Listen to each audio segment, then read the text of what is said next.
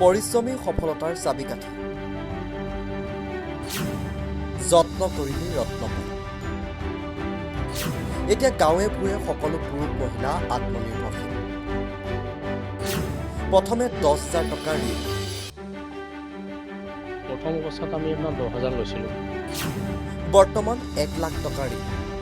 এতিয়া আপোনাৰ 1 লাখ লোৱা হৈছে। আৰম্ভ কৰিছে দোকান পোহাৰ। গ্ৰামাঞ্চলৰ পুৰুষ মহিলা এতিয়া সমানেই স্বাৱলম্বী। নিজৰ কৰ্মৰেই চিনাকি হ'বলৈ কিবা এটা কৰাৰ ইচ্ছা সকলো। পুৰুষৰ সমানেই মহিলাসকলেও সমানেই আত্মনিৰ্ভৰশীল। বহু পুৰুষ মহিলাই ব্যৱসায় কৰি পৰিয়ালক আৰ্থিক ক্ষেত্ৰত সহায় কৰি আহিছে। এইখিনি কৰাত তেওঁলোকক সহায় কৰিছে বন্ধন বেংকে। সফলতাৰ আন এক যাত্ৰা বন্ধন বেংক দিছে আত্মসংস্থাপনৰ পথ। বহু পুৰুষ মহিলাই বন্ধন বেংকৰ পৰা ঋণ লৈ আৰম্ভ কৰিছে ব্যৱসায়। ৰাজ্যৰ প্ৰান্তে প্ৰান্তে অজস্ৰজনৰ বাবে সহায় হাত আগবঢ়াই আহিছে বন্ধন বেংকে। ৰাজ্যৰ বিভিন্ন স্থানৰ লগতে গোৱালপাৰা জিলাৰ ধূপধাৰাৰ এইসকল লোক বন্ধন বেংকৰ পৰা ঋণ লৈ স্বাৱলম্বী হৈছে। দিলীপ বাণিজ্যই 2012 চনৰ পৰা ধূপধাৰা বন্ধন বেংকিং ইউনিটৰ পৰা 10,000 টকা ঋণলৈ আৰম্ভ কৰিছিল চাহ পিঠাৰ দোকান। বৰ্তমান তেখেতৰ ঋণৰ পৰিমাণ 1 লাখ টকা আৰু দোকান এতিয়া উন্নত। শুনক তেওঁৰ মুখেৰে বন্ধন বেংকৰ পৰা ঋণ লৈ কেনেদৰে উপকৃত হয়। মোৰ নাম আপোনাৰ দিলীপ বণিক্য। মোৰ পৰিবাৰৰ নাম চম্পা বণিক্য। এইখিনি ঠাইৰ ৰাভাপাৰা বুলি কয়, ধূপধাৰা ৰাভাপাৰা। আমি আপোনাৰ প্ৰথমতে ইমান ডাঙৰ দোকান এখন নাছিলে, আমাৰ দোকান সৰু আছিলে। আমি খালি পিঠা আৰু চাহ বিক্ৰী কৰিছিলোঁ মাত্ৰ। 12 চনত আমি দোকানখন ডাঙৰ কৰা হৈছে। এনেকৈ স্কুলীয়া ল'ৰা ছোৱালীৰ কাৰণে বহী পত্ৰ, বাকী ফাষ্টফুড এনেকৈ বিক্ৰী কৰোঁ আমি দোকানৰ জৰিয়তে। বেলেগ আপোনাৰ সৰু এটা চাকৰি আছিলে, গ্ৰেড 4। তাত হয়তো আমি ইমান টকা আমি পোৱা নাছিলোঁ সেই সময়ত, দৰমহা আমাৰ কম আছিলে। এতিয়া হয়তো ৰিটায়াৰ হোৱাৰ সময়ত বাঢ়িছে, নাবাঢ়া নহয়। তথাপিও আপোনাৰ এই 12 চনত দোকানখন আৰম্ভ কৰাৰ পিছত আমি বন্ধন বেংকৰ ওচৰত গৈ তেওঁলোকৰ পৰা আমি লোন লোৱা হৈছিলে। আৰু লোনৰ জৰিয়তে আগৰ পৰিমাণত যি দোকান আছিলে, পিছত আমি দোকানখন ক্ৰমান্বয়ে এইটো ৰুমটো ডাঙৰ কৰি পেলাই আমি এনেকৈ ফাষ্টফুড আৰু লগতে বহীপত্ৰ আৰু এনেকৈ চাহ আদি কৰি বিক্ৰী কৰি পেলাই আমাৰ পৰিয়ালটোৰ লগতে আৰু আপোনাৰ 4টা পৰিয়াল আমি এই দোকানখনৰ জৰিয়তে চলি আছোঁ ইতিমধ্যে। প্ৰথম অৱস্থাত আমি আপোনাৰ 10,000 লৈছিলোঁ। এতিয়া আপোনাৰ 1 লাখ লোৱা হৈছে। এইটো প্ৰায় শেষ হ'ব আৰু হয়, ব্যৱসায় আগবঢ়োৱা হৈছে। ব্যৱসায়ৰ জৰিয়তে আমি উপকৃত হৈছোঁ, নোহোৱাকৈ থকা নাই। যথেষ্টখিনি উপকৃত হৈছোঁ, যিহেতু আমি এই দোকানখনৰ জৰিয়তে আমি প্ৰায় 4টা পৰিয়াল চলি আছোঁ। আমাৰ গৃহস্থৰ লগতে, আমাৰ দোকানীৰ লগতে আমি আমাৰ ধৰক কাম কৰা পৰিয়াল আৰু 2টা আছে। এনেকৈ আৰু তো ধৰক ইফালে আমাৰ যি পিঠা বনোৱা হয়, এই পিঠা বনোৱাৰ কাৰণে যিটো গুড়া চুৰা খুন্দা হয়, এই গুড়া খুন্দাৰ লগত তাতেও আপোনাৰ 2টা পৰিয়াল আছে। গতিকে সেইফালৰ পৰা আমি 6টা পৰিয়াল চলি আছোঁ আৰু হয়, পাৰে আপোনাৰ। আমি আমাৰ নিজৰ হাতত টকা পইচা নাথাকিলেও আমি যে লোন লৈ সৎ কামত যদি লগাওঁ লোনটোৰ টকাখিনি, তেতিয়াহ'লে দোকানৰ জৰিয়তে লোনটো লোৱাৰ পিছত এখন দোকান দি হওক বা কিবা এটা বিজনেছ কৰি হওক, এনেকৈ সৎ কামত খটুৱাই পেলাই উপকৃত হ'ব পাৰে আপোনাৰ। আমিও যথেষ্টখিনি উপকৃত হৈছোঁ। আমাৰ ফালৰ পৰা এতিয়া ৰাজ্যলৈ এটা গুহাৰি, আমাৰ ফালৰ পৰা গুহাৰি এটা জনাইছোঁ।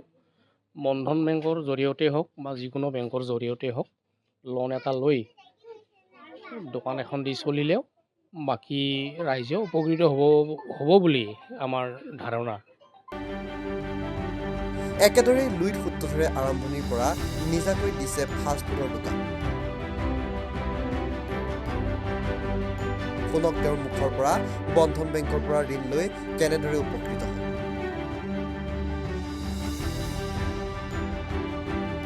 নমস্কাৰ, মোৰ নাম শ্ৰী লুইত সূত্ৰধৰ।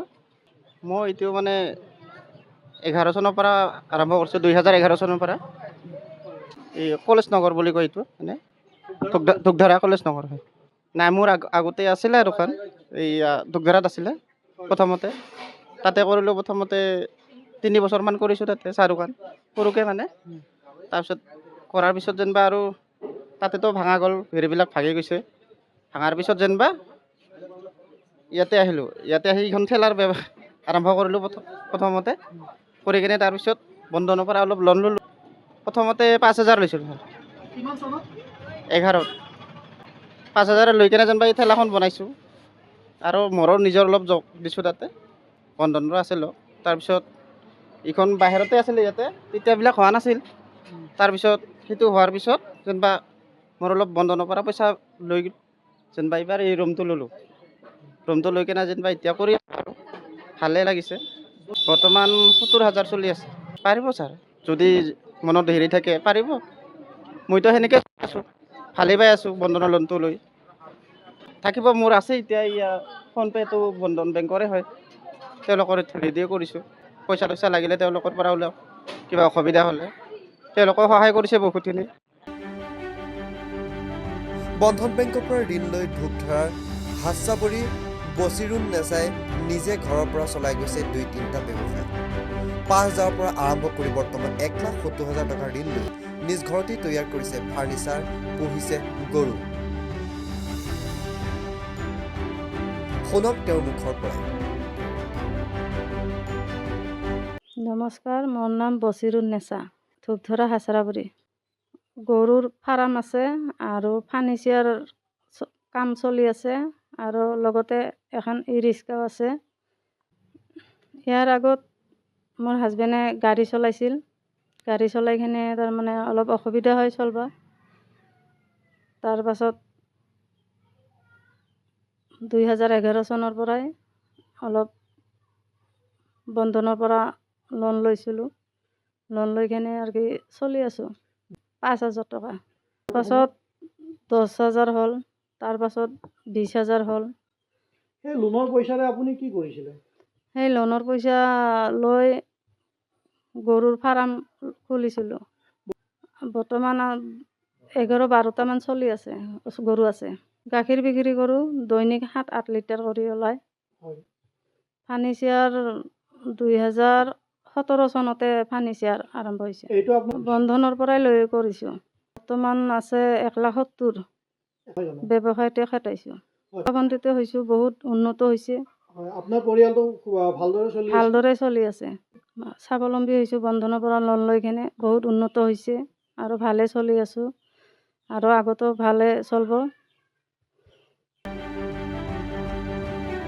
স্বাভাৱিকতে ৰাজ্যৰ নিবনুৱা সমস্যাৰ লাঘৱকৰণৰ লগতে অৰ্থনীতিৰ ব্যাপক ধনাত্মক প্ৰভাৱ পেলাই আহিছে বন্ধন বেংকে গাঁও চহৰ সকলোতে অব্যাহত আছে বন্ধন বেংকৰ পৰা ঋণ প্ৰদানৰ ব্যৱস্থা সাম্প্ৰতিক সময়ত অতি কম সময়ত কম নথিপত্ৰ ল'ব পাৰিব বন্ধন বেংকৰ পৰা ঋণ নিউজ ডেস্ক ৰিপৰ্ট ব্ৰেকিং 24 আছে